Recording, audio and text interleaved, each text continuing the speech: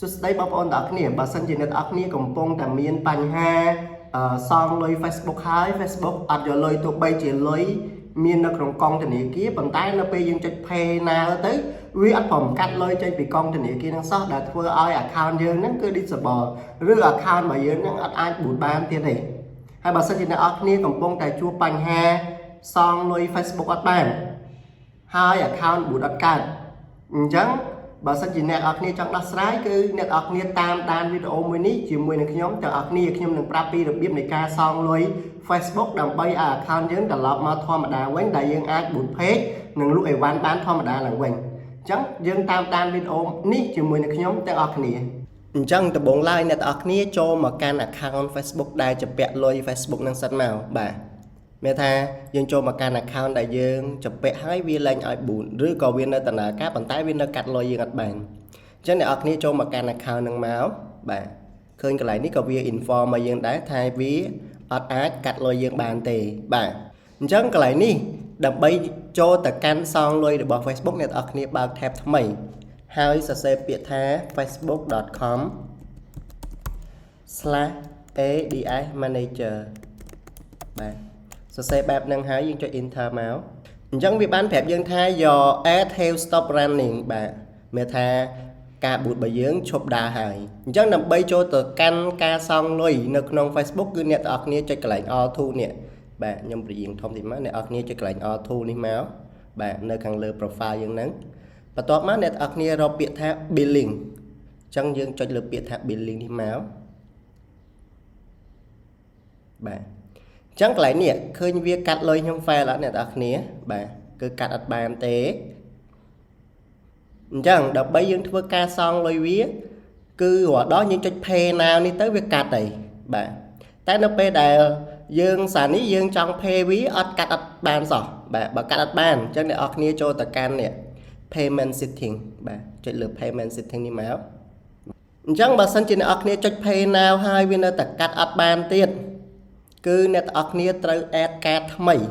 បាទគឺអ្នកទាំងអស់គ្នាត្រូវ add card ថ្មី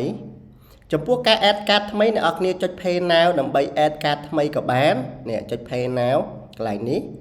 ដើម្បីធ្វើការ add card ថ្មីក៏បាននេះព្រោះជាទូទៅបើសិនជាអ្នកទាំងអស់គ្នាចុច pay now ទៅវានឹងកាត់ចេញពីកង់មួយហ្នឹងហើយប៉ុន្តែបើកង់មួយហ្នឹងកាត់អត់បានអ្នកទាំងអស់គ្នាត្រូវ add card ថ្មីកន្លែងនេះបាទអញ្ចឹងចំពោះការ add card អ្នកនរគ្នាចុចកន្លែងនេះ add card នេះមកបាទព្រោះសារកង់នោះគឺវាក្លែងកាត់លុយហើយបាទ pay មិនក៏អត់កាត់ដែរអញ្ចឹងយើង add card ថ្មីចំពោះការ add card ថ្មីគឺខ្ញុំចង់បញ្ជាក់អ្នកនរគ្នាថាអ្នកនរគ្នាត្រូវតែ add card SIM add card SIM ហ្នឹងមានថា add card ដែលយើងយកទៅដកលុយជាមួយនឹង ATM ត្រូវ add card ហ្នឹងព្រោះ Facebook វាដឹងថា card ណាជា card សិប្បនិម្មិត card ណាគឺជា card SIM បាទចឹងអ្នកនរគ្នាត្រូវ add card ថ្មីចូលមកដែលជា card SIM បាទការដកលុយហ្នឹងដើម្បីឲ្យវាកាត់លុយហ្នឹងសិនបាទហើយចាំអ្នកនរគ្នា remove card SIM ប្រើ visual card យើងបានធម្មតាអញ្ចឹងកន្លែងនេះខ្ញុំ add card ថ្មីចូលមកអញ្ចឹងកន្លែង add card នេះដំបូងគេគឺ name on card name on card គឺយើងសរសេរឈ្មោះដែលនៅលើ card យើងមកបាទ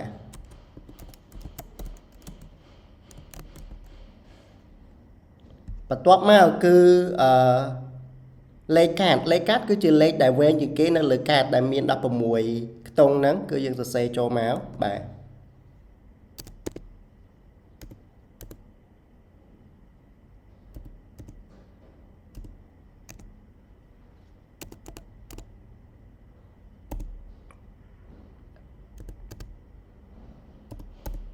បន្ទាប់មកគឺថ្ងៃខែ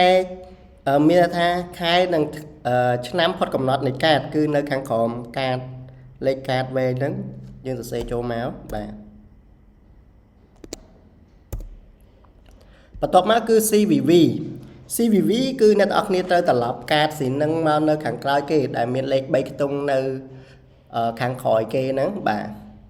អញ្ចឹងយើងសរសេរចូលមកបាទបន្ទាប់មកអ្នកនរគ្នាចុចពាក្យថា save បាទចុចពាក្យថា save មកអញ្ចឹងយើងបានsave card នឹង successfully ហើយអញ្ចឹងវាសួរថាយើងនឹង pay លុយ $7.88 ហ្នឹងដែរឬអត់បាទអ្នកទាំងអស់គ្នាអញ្ចឹងមុនពេលដែលអ្នកទាំងអស់គ្នាចុច pay អ្នកទាំងអស់គ្នាត្រូវតែច្បាស់នៅក្នុងចិត្តថាអ្នកទាំងអស់គ្នាមានលុយនៅក្នុងកាតហ្នឹងសិនបាទមានថាយើងត្រូវតែមានលុយនៅក្នុងកាតហ្នឹងសិនដើម្បីយើងចុច pay ទៅកុំឲ្យ pay fail ទៀតវាកាត់អត់បានទៀតបាទអញ្ចឹងយើងឆែកមើលនៅក្នុងកងយើងហ្នឹងទៅបើសិនជាមានលុយហើយបាទបើសិនជាមានលុយហើយមានថាយើងអាច pay បានហើយអ្នកនរគ្នាអញ្ចឹងបើសិនជាអ្នកនរគ្នាច្បាស់ហើយថានៅក្នុងកងហ្នឹងមានលុយនិយាយទៅកន្លែងនេះគឺមិនមែនអ្នកនរគ្នា pay តែប៉ុណ្្នឹងទេណាអ្នកនរគ្នាគឺអ្នកនរគ្នាត្រូវបូកជាមួយនឹងពន្ធ 10% ទៀតបើសិនជាអ្នកនរគ្នាដូចខ្ញុំចេះជាពាក់ 7.88 អញ្ចឹងវាពន្ធ 10% វា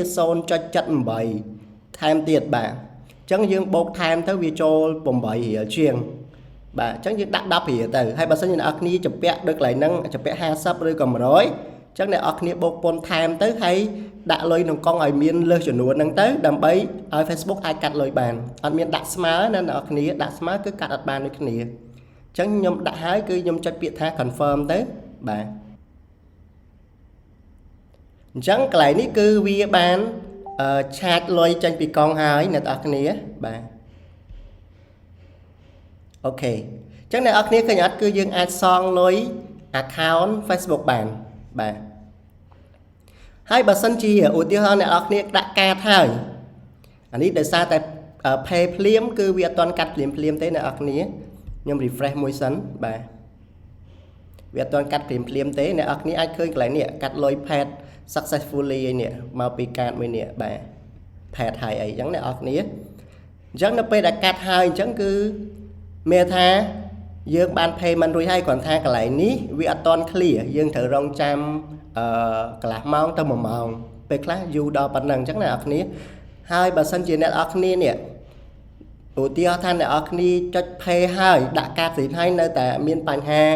pay អត់បានទៀតអ្នកនរគ្នាចុចកនេះ get add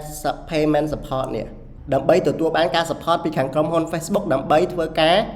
pay ជាមួយវាអញ្ចឹងបើសិនជាអ្នកនរគ្នានេះគឺយកកន្លែង get help with a payment នេះបាទមានថាកាត់លុយអត់បានអញ្ចឹងអ្នកនរគ្នាមើលនេះមើលកន្លែងអស់នេះទៅ I need help with making payment នេះយកអានេះមកបាទបន្ទាប់មកចុច pay now មកបើសិនជាយើងនៅជំពាក់វាកន្លែងហ្នឹងគឺវាឲ្យចុច pay now ហើយអញ្ចឹងកន្លែងនេះគឺមធ្យោបាយមួយទៀតក្នុងការ pay នៅទៅលើ account ដែលយើងដាក់ដូចខ្ញុំមិញឲ្យអត់កាត់បាទតែបើសិនជាដាក់ដូចខ្ញុំឲ្យកាត់គឺយើងបាច់ដល់ដំណាក់កាលហ្នឹងទេបាទអូខេ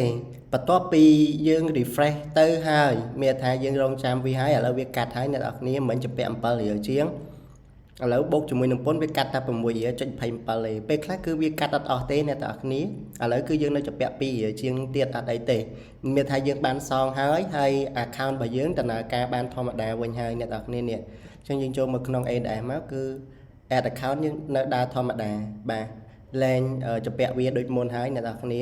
បាទអញ្ចឹងសម្រាប់វីដេអូមួយនេះគឺខ្ញុំមានតែប៉ុណ្្នឹងទេហើយបើសិនជាអ្នកនរគ្នាមានចម្ងល់មានសំណួរមានបញ្ហាអីអាចធ្វើការឆាតសួរនៅក្នុងក្រុមសួរសំណួរឬក៏